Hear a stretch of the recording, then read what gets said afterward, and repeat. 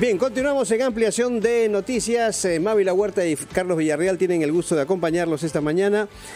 Lo anunciado, estamos aquí en los estudios de RPP con Corina Lloris, ella es filósofa, académica y política venezolana, y con Miguel Yusti, director del Instituto de Democracia y Derechos Humanos de la Pontificia Universidad Católica del Perú, para hablar un poco de la situación en Venezuela preelectoral. A ambos, muy buenos días y bienvenidos aquí a los estudios de RPP. Señora Lloris, bienvenida al Perú también. Buenos días y muchísimas gracias por la entrevista a Carlos y Mávila. ¿Cómo está? Muy buenos días, Miguel, bienvenida. ¿cómo está? Buenos días, sí. Bueno, sabemos la situación difícil que ustedes están pasando, sobre todo en su caso, en que no se permitió o no se admitió o no se dio la posibilidad de la inscripción de su postulación para competir con Nicolás Maduro. ¿Ha habido alguna explicación? ¿Ha podido conocer usted las razones por las cuales se bloqueó su postulación como candidata de la oposición al gobierno de Maduro? No, ellos nunca dieron una explicación. Ellos lo que han manifestado, y lo han dicho en distintos medios de comunicación, es que nosotros no sabíamos manejar el sistema y que por eso era que no accedíamos a la posibilidad de inscribirnos. El problema es muy fácil de explicar. Por ejemplo, cuando usted entra a un banco o cualquier comercio vía internet, usted necesita que le envíen una clave para que muchas veces se lo mandan al correo o se lo mandan al teléfono, y a través de esa clave entonces usted ingresa en la plataforma correspondiente. Y los intentos que se hicieron durante todo ese día fueron infructuosos. Nunca se recibió la clave, pero curiosamente uno de los candidatos que sin el apoyo general para que pudiera hacer esa inscripción, que es el actual gobernador del estado Zulia, su inscripción sí pasó. Él después argumentaba que él había hecho eso para salvar las tarjetas, porque usted sabe que nosotros tenemos un sistema con las tarjetas representativas de los partidos, y para ir a la... ¿Se trató de un boicot? Así lo pensé yo en ese momento, y cuando lo declaré tuve muchos inconvenientes por la forma tan fuerte que lo dije. El gobernador Rosales siempre explicó que lo había hecho para salvar la tarjeta, para que la tarjeta se pudiera preservar. Entonces, también se inscribió al embajador Edmundo González Urrutia, con un vocablo que yo lo rechazo mucho, porque no sé si aquí en el Perú tiene significado. Se decía un candidato tapa, era un candidato que se estaba inscribiendo nada más que para preservar. Para dar la apariencia de que las elecciones tendrían, digamos, varios candidatos, ¿o no? No, para preservar la tarjeta de la mesa de la Unidad Democrática, porque nosotros teníamos que preservar esa tarjeta a como diera lugar, porque esa se representaba a todos los partidos. Entiendo.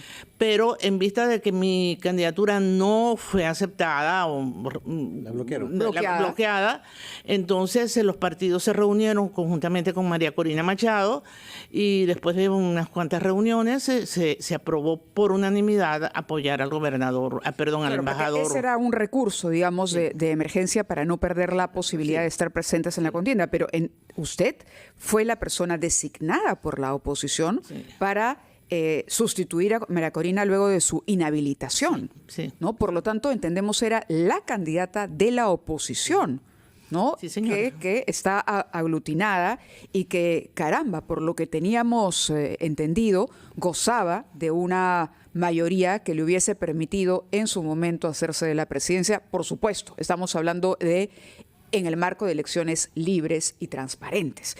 ¿Cuál es la situación en Venezuela cuando las elecciones están previstas para el próximo 28 de julio? El apoyo que se me dio a mí lo tiene en este momento el embajador González Urrutia. El embajador cuenta con todo el apoyo de María Corina Machado en ese movimiento que yo me atrevería de llamar de emancipación nacional, donde se puede ver a través de todas las redes sociales y toda la publicidad que se le da a cada uno de los encuentros que ella hace en promoción de la candidatura de Edmundo.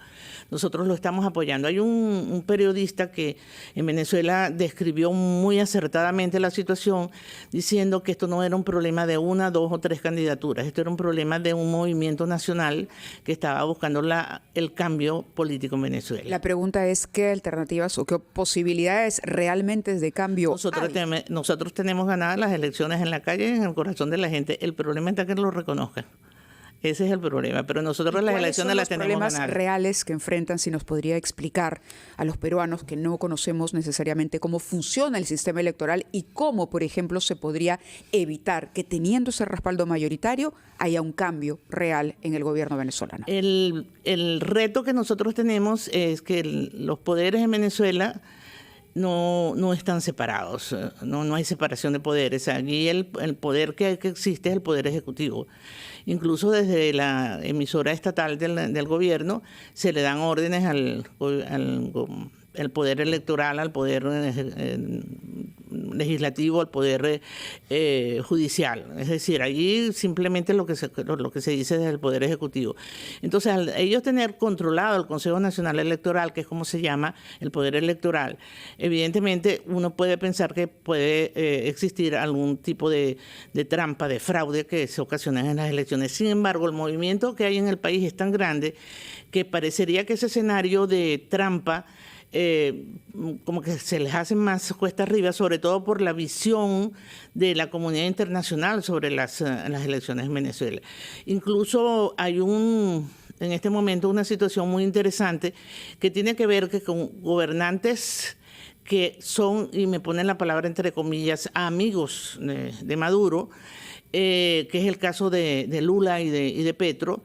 Ellos han estado trabajando para que haya una transición en el país. Una de las consideraciones, y lo leí en una entrevista que usted concede a CNN, es de que con el bloqueo de su postulación, lo que se buscaba era que justamente desde la oposición haya un candidato al que la dictadura de Maduro pudiese manejar a su antojo, ¿cierto? Y ustedes ya nos han informado que es Edmundo González el que está inscrito como candidato de la oposición. ¿Qué opina sobre esta hipótesis, ¿no?, lanzada? Le pido que nos espere un minuto porque tenemos que cumplir con los anunciantes y luego regresamos para seguir conversando con usted. Esta es Ampliación de Noticias, regresamos. Continuamos en Ampliación de Noticias, 8:50 de la mañana. Mávila Huerta y Carlos Villarreal tenemos el gusto de acompañarlos. Estamos en los estudios de RPP con Corina Lloris, filósofa, académica y política venezolana, quien fue elegida candidata presidencial de la oposición al ser inhabilitada, Corina Machado. Y poco después también fue impedida ella, Corina, de postular por el órgano electoral controlado por la dictadura de Maduro.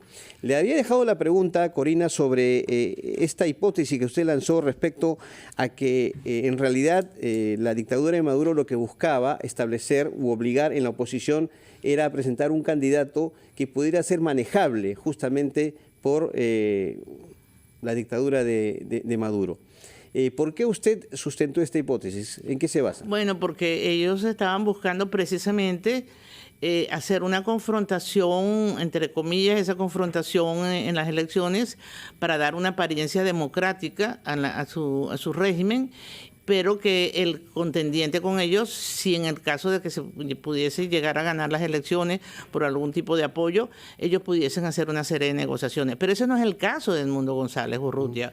Edmundo González Urrutia es un embajador de carrera diplomática reconocida, un hombre muy serio. Él fue el fundador de la Mesa de la Unidad Democrática, que fue quien organizó las elecciones primarias en el 2012. Y él es un hombre con una trayectoria también impecable. De tal manera que en el caso de Edmundo no estaría planteado ningún tipo de... Esa no es la ¿Cómo tomó las críticas hacia su posible inexperiencia de punto de vista político, centrada solamente en lo académico? Es que eso fue una matriz de opinión que se manejó de una manera muy, muy equivocada, porque lo que yo no he tenido ha sido militancia partidista. La militancia partidista más bien fue lo que me benefició a mí, no solamente para ser la candidata delegada de María Corina, sino que yo pertenecía a la Comisión Nacional de Primarias, que fue la que organizó las elecciones primarias que le dieron el triunfo a María Corina Machado. porque yo nunca he pertenecido a partidos políticos, cosa de la cual lo